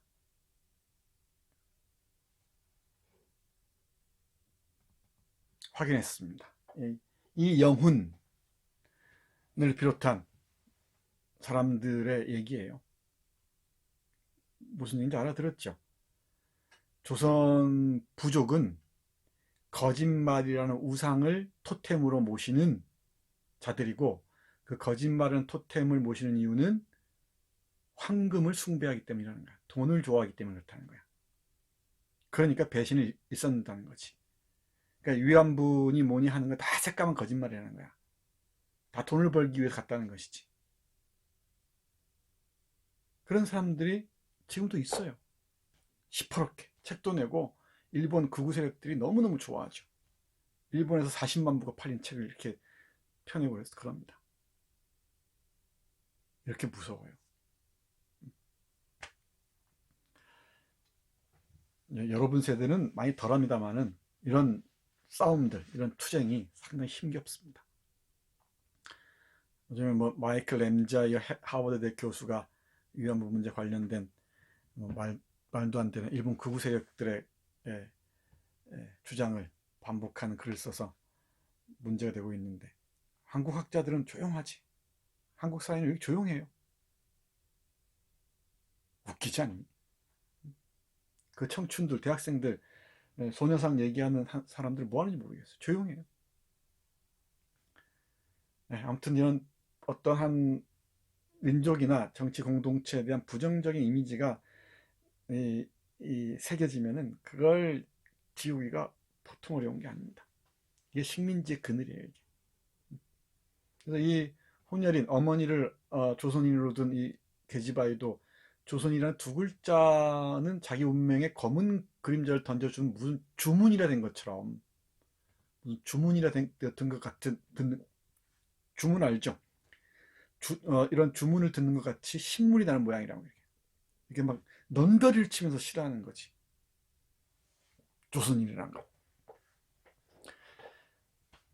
과연 이런 게 싹 사라졌을까? 그렇지 않다는 거지. 지금도 살아남아 있다는 거야. 기억하기 바랍니다. 예, 학교 도서관에 가서 책들 찾아보세요. 이 반일 종족주의 같은 게 읽지 말고 반일 종족주의를 비판하는 책이 있어요. 신친일파라는 책이 있습니다. 신친일파. 호사카 유지라는 일본인 역사학자인데 한국으로 귀화한 사람입니다. 신친일파. 이런 책들 한번 읽어보세요. 아까 얘기한 반일 종족주의에 대한 얘기를 다 알 수가 있습니다. 자, 다음 페이지 넘어갈까요? 이제 불쌍한 흰옷 입은 백성의 운명 1, 2, 3 얘기할 텐데, 사실 그 이기적인 것처럼 보였던 형님의 눈에는 이기주의자를 비쳤던 이인화가 어물쩡거리다가 이런저런 일을 하면서 미적대다가 연락선을 타고 기차를 타고 서울로 와서 오는 과정에서 조선의 현실들을 직접 목도하는 것이죠. 눈으로 목격합니다. 그러면서 조선이란 무엇인가, 어떤 상황에 처해 있는가, 그럼 나는 무엇인가, 나는 어떻게 해야 할 것인가 라는 깊은 고민에 빠져드는 그런 과정들을 쭉 보여주죠. 화상 강의에서 얘기했고 앞에서 얘기했으니까 이 부분도 빨리 넘어갈 수 있습니다. 그래, 그렇게 모집을 해가면 얼마나 생기나요? 이건 연락선 떠나기 전 목욕탕에서 그 세 사람이 주고받는 얘기를 엿듣는 거죠. 근데 이 구절은 워낙 유명해서 잘 알려져 있는데 이걸 꼭 뽑은 이유가 있습니다. 조금 뒤에서 얘기할게요. 촌뜨기는 구수하다는 듯이 침을 흘리며 듣는다.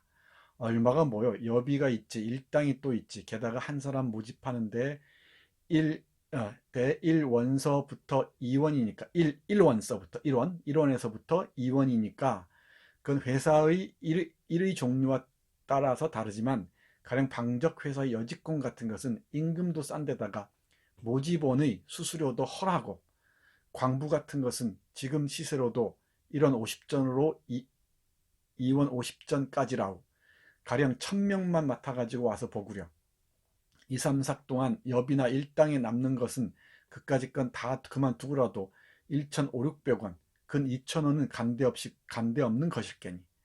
그런 벌이가 이 판에 어디 있어. 하하. 나도 맨 처음에 그건 제주도에서 모집하여 갔지만 그때 500명 모아다 주고 실살고로 실질적으로 이 뜻이에요. 실질적으로 남긴 것이 1,000원이고 둘째 번으로는 올가을 800명이나 북해도 종미 탄광에 보내고 2,000원이나 들어왔다고.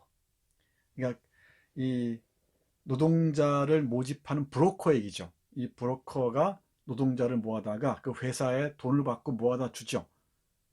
그죠? 모아다 주면은 이 사람들이 값싼 그 인력, 그 노동력을 팔아야 되지, 이제.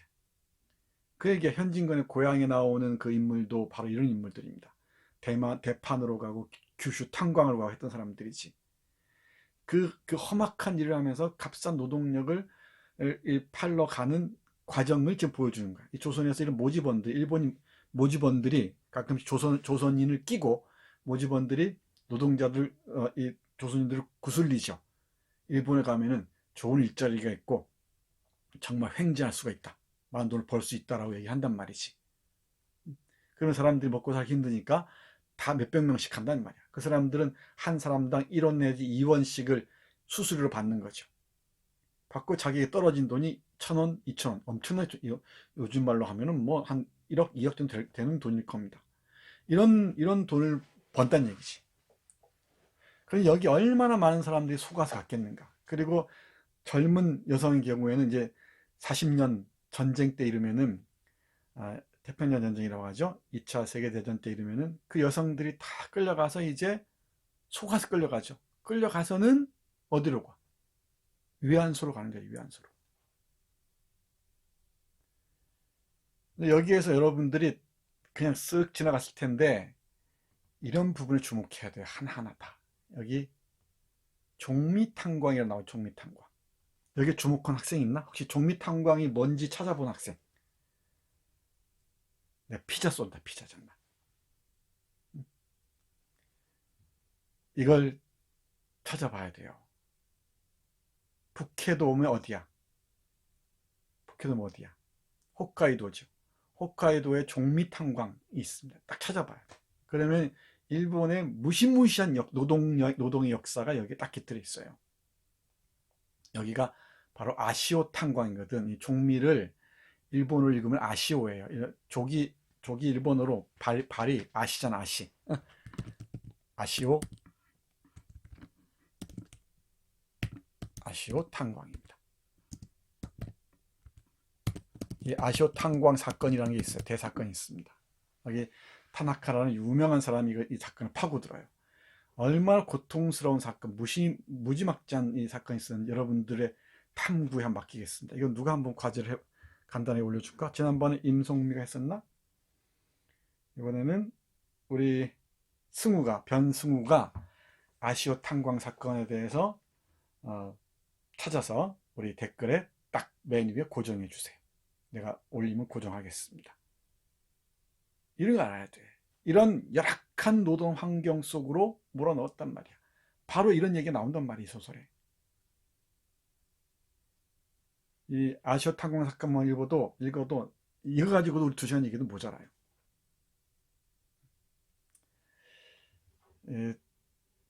지금 조선인들이 일본인 브로커들이 먹이가 돼가고 있죠. 그 뒤에 누가 있나? 일본의 대기업들이 있는 거야. 대기업들이. 나중에 전쟁 때 전범 기업들이 있는 거지. 미쓰비시 뭐니 하는 애들이. 그 전범 기업들의 돈을 받고서 교수하면서 이 브로커들을 옹호하고 일본의 군국주의 체제를 옹호하는 자들이 있단 말이야. 하버드 대학에 램지어만 있는 게 아니에요. 많아요. 세계국고 한국에도 많아요. 아까 했던 이영훈이니 연세대학에 있는 아무개 류아무개 교수님 이런 사람들입니다. 지금도 생생하게 살아있는 현실이라는 것들이 주목해야 돼. 아시오 탄광 사건. 승우 씨 잘 부탁합니다. 탐구해서 우리 무식한 동료들 일깨워 주기 바랍니다. 됐죠? 어찌 불쌍한 흰 옷 입은 백성의 운명이 아니겠어요. 자, 그다음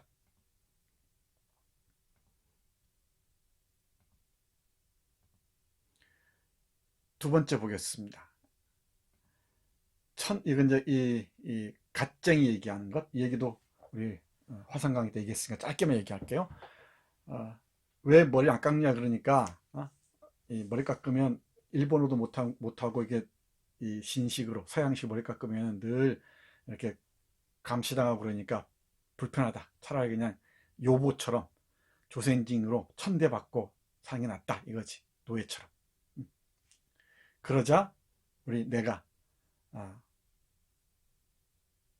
소리치는 거죠. 가장 강한 목소리 중에 하나예요. 만신이 통틀어서 천대를 받아도 얻어맞는 것보다 낫다. 그도 그럴 것이다. 조선인들은 이게 이제 아큐의 모습, 루신이 그린 아큐의 모습이 딱 드러납니다. 정신승리법의 일종이기도 하죠. 미친 채하고 떡목판에 엎드려진다는 셈으로 미친 채하고 어리광 비슷한 수작을 하거나 미친 채하고 떡목판에 엎드려진다는 셈으로 떡을 치는 목판에 미친 채하고 뭐 엎어진다는 그런 셈으로, 그런 속셈으로 미친 체하고 어리광 비슷한 수작을 하거나, 스라소니 알죠? 스라소니, 삭괭이, 살쾡이 행세를 하거나 하여 어떻든지 저편의 호감을 사고, 저편의 호감을 사고, 저편을 웃기기만 하면은 목전에 닥쳐오는 핍박은 면할 것이다. 저편에게 알랑거리거나 저편에게 이 헤헤거리면서 이런 재롱을 부리면은 노예처럼, 어릿광den처럼, 그러면은 목전에 다가오는 핍박은 피할 것이다. 속으로는 요놈하면서라도 얼굴에는 웃는 빛을 띠면 당장의 급한 욕은 면할 것이다. 저쪽 일본인들에 대해서 이 조선이 처해 있는 모습이죠. 공포, 경계, 늘 두려워하고 늘 경계하고 있고, 미봉책이란 말 쓰죠. 언발에 오줌 누기는 식이지. 대충 피하고 보는 것이죠. 가식, 꾸미는 거죠. 굴복, 도회, 감추는 겁니다. 비굴, 이게 조선인들이 보여주는 모습이라는 거야. 이인화의 눈에 딱 비친 조선인의 모습이죠. 갓장수나 그 금태 안경이나 얼금뱅이나 또 자기 김천 형님이나 또는 그 부산에서 만났던 국수집 혼혈 여자아이나, 이러한 모든 것에 숨어 사는 것이 조선 사람이 가장 유리한 방도요, 현명한 처세일 수있다. 실상 생각하면 우리의 이러한 생활 철학은 오늘에 터득한 것이 아니라 오랫동안 봉건적 성장과 관료 전제 밑에서 덮개가 안고 굳어빠진 껍질이지만은 그 껍질 속으로 점점 더 파고 들어가는 것이 우리의 생활이다. 예, 우리 근대에 들어서긴 했는데 아직도 봉건적인 그 잔재들을 털어내지 못하고 있죠. 김천 형님의 모습이에요. 공동묘지 문제, 산소 문제 가지고 왈가왈부하는 모습들, 그리고 이 첩을 들여서 이 아들을 보겠다는 것들, 그리고 비굴하고 비루한 이른바 민중들의 모습들, 그리고 맨날 술만 마시고 여기저기 들까 불리면서 떠들어다니는 도박으로 다 돈 날려버리고, 그리고 조선에 대한 신랄한 비판, 이거 주목해야 됩니다. 이건 루신의 아큐정전과 계속 관련 지어서 봐야 한다고 얘기하는데, 이렇게 얘기하면 여러분은 아큐정전을 읽어야지. 아큐정전의 정신승리법이 무엇인지 얘기를 해야지. 부탁합니다. 읽어봐야 돼요. 나중에 2학년 3학년 때 얘기를 하겠지만은, 읽으면서 우리가 이런 염상섭을 또 다른 눈으로 볼 수 있어야 되지.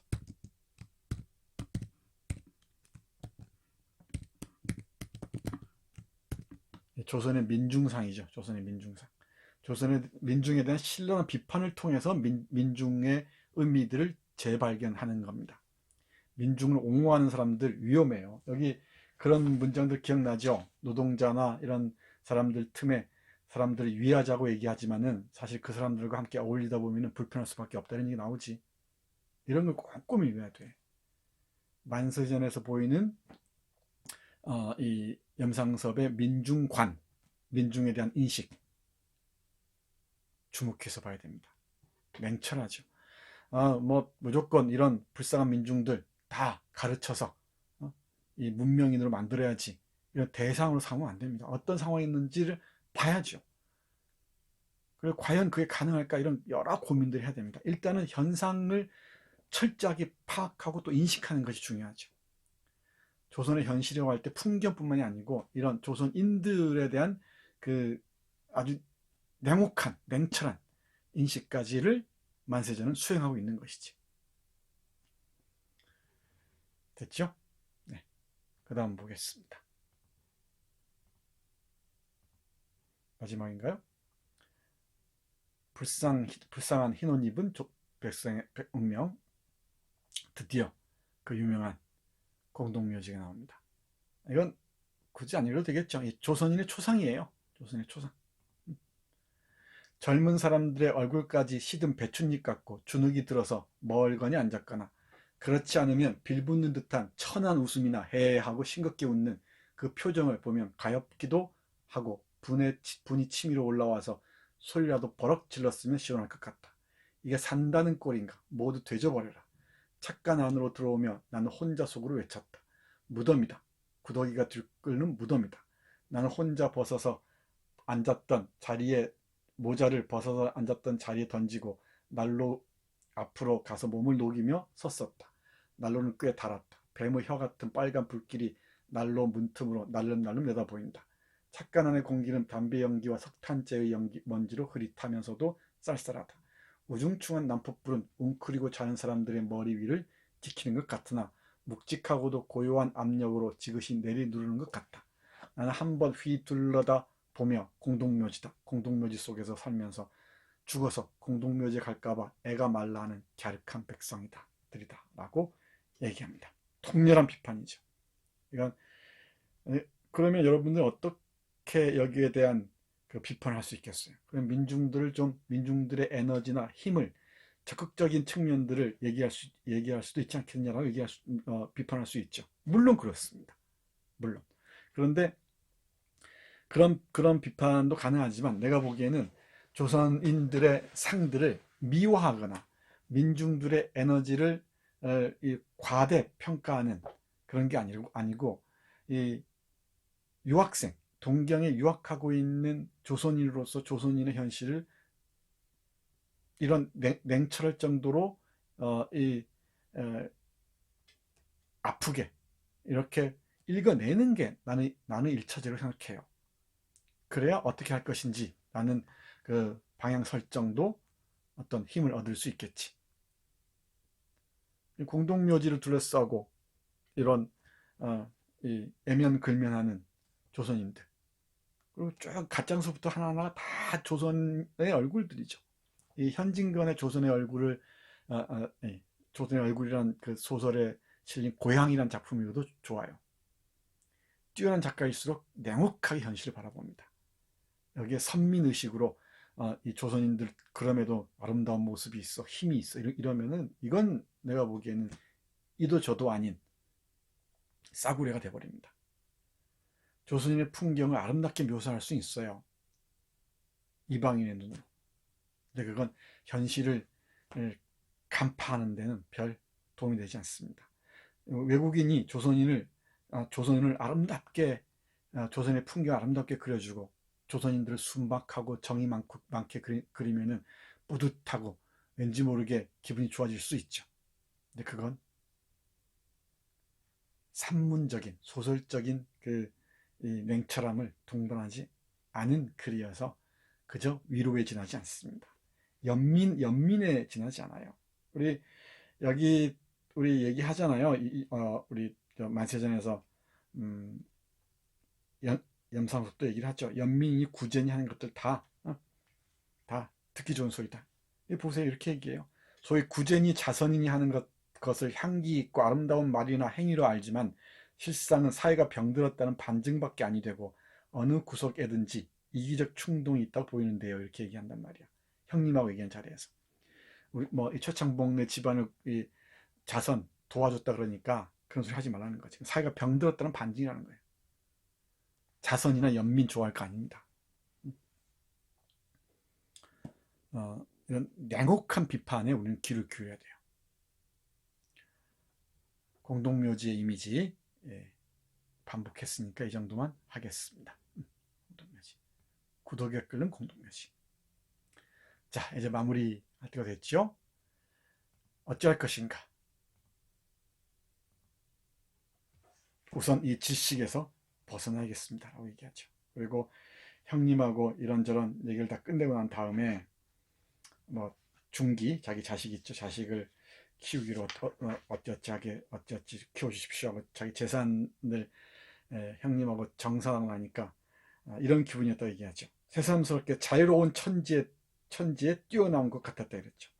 그러면서 아내에게 미안해 하면서도 죽은 아내에게 미안해 하면서도 하여튼 한시바삐 빠져 달아나자 라고 얘기한단 말이야.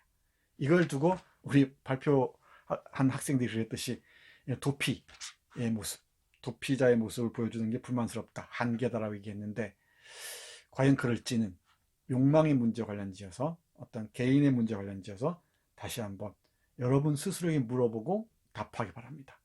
그리고 또 에세이 쓰실 때 내가 짚어내지 못한 부분들이 있죠. 그것들도 여러분들이 한번 짚어내서 얘기도 해보세요. 한 구절, 한 단락을 집중적으로 해부해서, 이게 바로 만세전에서 얘기하고자 하는 중요한 메시지 중에 하나다. 앞에 내가 아시오 탄광 사건을 주목하면 대단히 흥미롭다 얘기했지. 그런 것처럼 우선 이 질식에서 벗어나겠습니다라고 정자에게 쓴 편지에서 얘기를 하죠. 아주 유명한 문장입니다.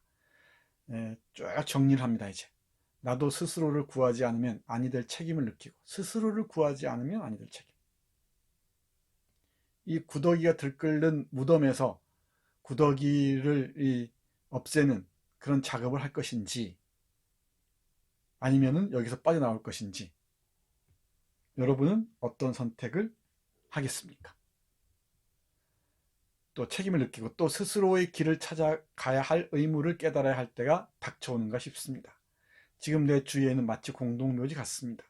생활력을 잃은 백의, 흰옷 입은 백성과 백주, 대낮에 횡행하는 임의망량, 유령들이 같은 존재가 뒤덮은 이 무덤 속에 들어앉은 나로서 어찌 꽃의 서울에 호흡하고 춤추길 바라겠습니까? 제 편지에 나왔던 얘기죠. 어째 꽃피는 서울, 이런 봄을 맞이하고 그럴 수 있겠습니까? 이 말이죠. 눈에 보이는 것, 귀에 들리는 것이 하나라도, 이런 뜻이에요. 하나나 내 마음을 부드럽게 어루만져 주고 용기와 희망을 돋우어 주는 것이 없으니, 이러다가는 이 약한 나에게 찾아올 것은 질식밖에 없을 것이다. 그러나 그것은 장미꽃송이 속에 파묻혀 향기에 도취한 행복한 질식이 아니라 대기에 절연된, 끊긴, 공기를 호흡하지 못하는 뜻이에요. 공기를 호흡하지 못하는 무덤 속에서 화석화되어 화석이 되어 가는 구더기에 몸부림치는 질식입니다. 자기 스스로를 구더기로 얘기하죠. 우선 이 질식에서 벗어나야 하겠습니다. 우리 문학의 도는, 이 도는 문학을 공부하는 사람들은, 이런 뜻이에요. 우리 문학을 공부하는 사람들은 자유롭고 진실된 생을 찾아가고 이것을 세우는 것이 그 본령인가 합니다. 이 부분이에요. 우리 문학을 공부하는 사람들은, 정자도 문학 공부한다고 그랬으니까 자유롭고 진실된 생활을 찾아가고 그 자유롭고 진실된 생활을 세우는 것이 그 핵심, 본령인가 합니다. 우리의 만남, 교유죠. 우리의 만남, 우리의 우정이 이것으로 맺어지지 않는다면 거짓말입니다. 이 나라 백성이, 그리고 당신의 동포의 진실된 생활을 찾아 나가는 자각과 발분을 위하여 싸우는 신념 없이는 우리의 우정도 헛소리입니다. 각자 우리 우정을 지켜나가면서 당신은 당신 동포의 진실된 생활을 찾아가라. 자각하고 발분, 어떤 힘을 내자는 얘기죠. 힘을 내서 싸워가자는 얘기지. 나도 그럴 것이다. 그러면서 우정을 지켜나가자, 이 얘기입니다. 이 공동묘지에서 질식해 죽어갈 것인가, 아니면 공동묘지에서 이 구더기들과 싸워서 구더기를 퇴치할 것인가, 아니면은 어떤 그나마 숨쉴 곳으로 나와서 이 후위를 도모할 것인가. 근데 리얼리즘 문학이라면은 이른바 이 싸워나가는 구더기를 들끓는 이 무덤에서 싸워나가는 똘똘한 구더기 얘기를 그랬을지 모르겠어요. 그래서 이런 소설을 자연주의 소설이라고 얘기를 하죠.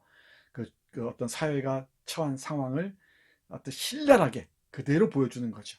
사회의 어두운 이면을 그대로 보여주는 것입니다. 여기 해결 방안 같은 걸 제시하지 않아요. 이 에밀 졸라라는 프랑스의 아주 뛰어난 자연주의 작가가 있죠. 이 자연주의는 자연을 아름답게 그렸다는 자연주의가 아니라 있는 그대로 인간 삶, 사회의 그 어두운 면을 있는 그대로 그린다는 그 점에서 자연주의예요. 자연주의란 말을 오해하면 안 됩니다. 있는 그대로 그리는 뜻입니다. 거기에 어떤 희망을 약속하는 그런 거 없어요. 문제를 해결해서 해결하는 영웅이 등장하는 게 없습니다. 뛰어난 계몽적 주체가 등장해서 이 사회적인 문제를 해결해 나가고 있는 거 없습니다. 고통스러운 삶들, 그 참혹한 삶을 그대로 보여줘요.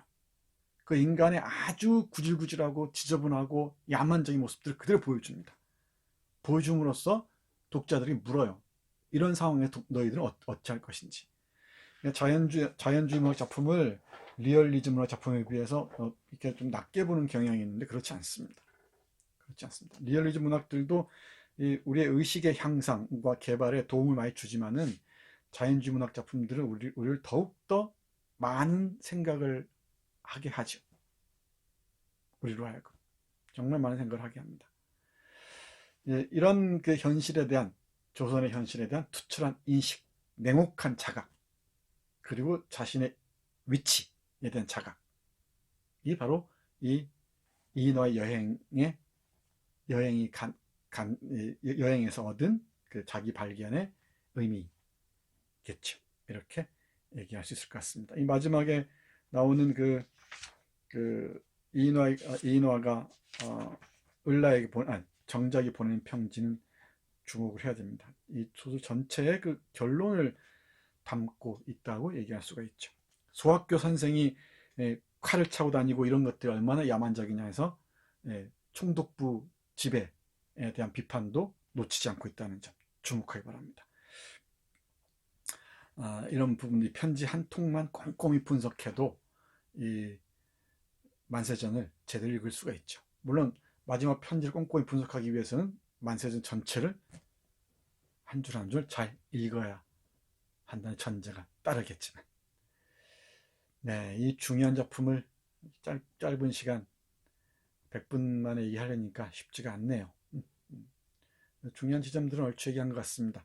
물론 이거 말고도 정말 많은 이야기거리들을 담고 있습니다. 여러분 댓글 쓰실 때 이 강의에서 한 것들 요약 정도에만, 요약이나 여러분들의 소감을 덧붙이는 정도에만 머무지 말고 여러분들이 읽으면서 찾아낸 부분들, 그리고 내가 얘기하지 못한 부분들 있죠. 못한 부분들을 여러분들이 한번 발견해서 여러분들의 해석을 더해보세요.